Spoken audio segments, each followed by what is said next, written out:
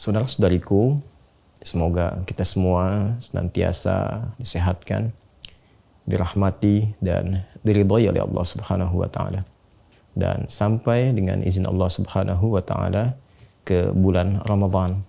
Bulan yang sangat spesial, keistimewaan yang luar biasa, dan momentumnya sekalipun hadir dalam sebulan itu hanya akan nampak satu kali dalam setahun.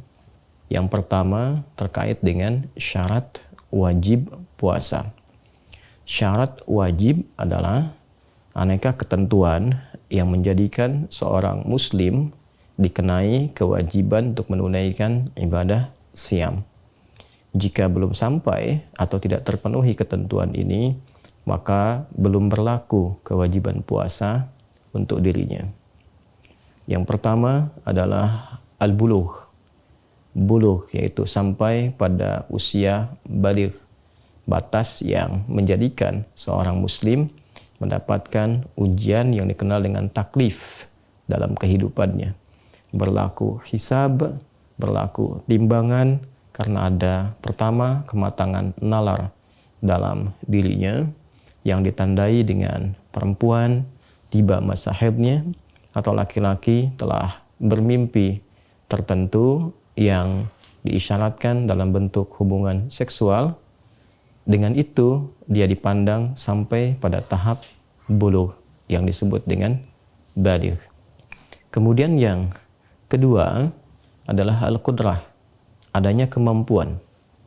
Jika seorang telah sampai pada usia baligh dan menjadikan dia wajib menunaikan puasa, maka teriring dengan itu juga mesti ada kemampuan, dipastikan dia mampu menunaikan ibadah siam. Ini adalah bentuk kasih yang ditampilkan oleh Allah Subhanahu wa taala sekaligus menunjukkan kemudahan dalam syariat Islam. Islam tidak datang membawa beban, tapi Islam datang membawa pendampingan yang mengarahkan manusia pada posisi terhormat, bermaslahat dan membuka pintu gerbang kesuksesan dan kebahagiaan dalam berkehidupan.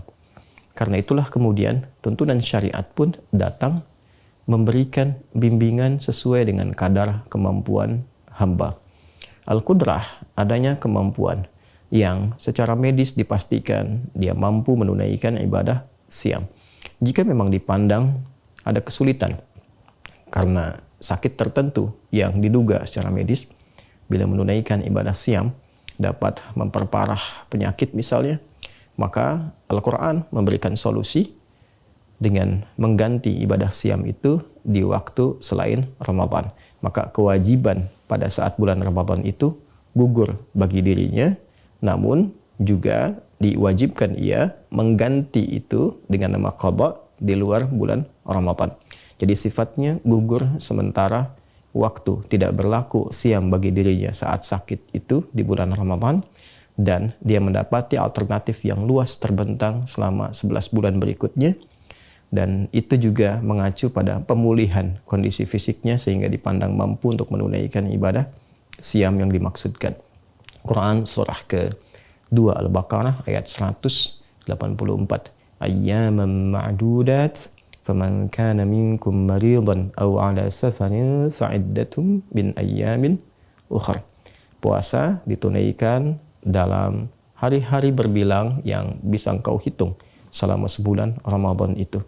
Bila pun ada uzur seperti penyakit tertentu yang menyulitkan menunaikan ibadah siam, atau bila dengan puasa itu bisa menambah parah penyakit, atau dalam kondisi perjalanan jauh yang tidak memungkinkan menunaikan ibadah siam karena jauhnya, lelahnya, atau boleh jadi kondisi waktu yang tidak stabil.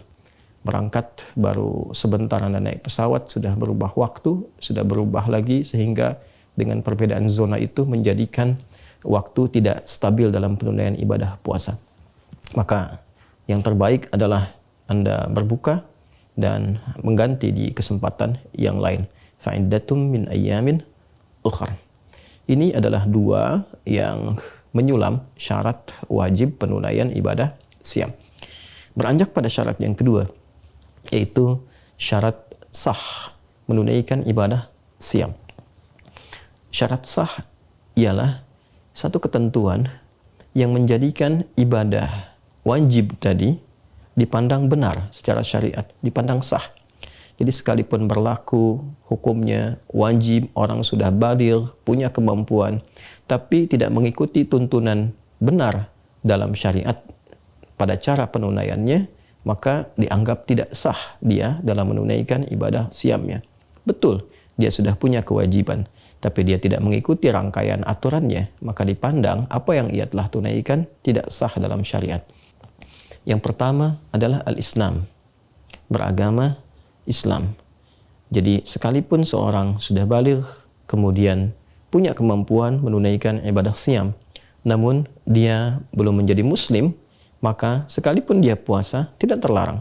Namun secara hukum syariat, karena belum ada iman di dalam diri, maka perbuatan yang dikerjakan itu menjadi satu perbuatan yang rutin. Artinya sebatas amal, sekalipun amal itu bisa mengantarkan kepada manfaat-manfaat dunia, namun belum dapat menjadi timbangan amalan akhirat, karena amalan akhirat support utamanya adalah iman. Amal itu bila disupport dengan menggunakan iman, maka dia berubah menjadi saleh. Wal 'asr innal insana lafi khusr illa alladziina amanu wa 'amilus shalihat. Karena itu panggilan puasa pun dibuka dengan panggilan iman. Ya ayyuhalladzina amanu, hai orang-orang yang telah beriman, untuk membedakan puasa Ramadan ini dari segi kualitas, kuantitas, cara penunaian, ketentuan hukum dengan puasa-puasa lainnya yang boleh jadi ditunaikan oleh non-muslim dimanapun berada di ruang dan tempat mungkin yang tidak sama. Yang kedua, telah tiba masuknya waktu siam. Telah tiba masuknya waktu siam. Secara teknis dimulai dari fajar, kemudian sampai dengan maghrib. Rentang fajar sampai maghrib dan berada di bulan Ramadan. Yang ketiga tentunya niat. Innamal a'malu binniyat. Niat ini yang menjadikan pertama satu perbuatan dinilai sebagai ibadah. Ibadah akan bergantung kepada niat. Apakah orientasi dari perbuatan itu memang ditujukan untuk kepentingan ibadah, dilakukan karena Allah, itu akan terukur dengan keadaan niat yang hadir dalam setiap jiwa insan beriman. Boleh jadi seseorang terlihat menunaikan puasa, tapi motivasinya mungkin hanya untuk ikut orang-orang, hanya untuk latah orang puasa, dia ikut puasa. Atau juga boleh jadi terlihat seseorang sholat, tapi motivasinya sebetulnya hanya ingin dilihat oleh orang lain, hanya ingin terpublikasikan. Ini yang disebut dengan ria dan sebagainya, maka puasa menjadi bermasalah.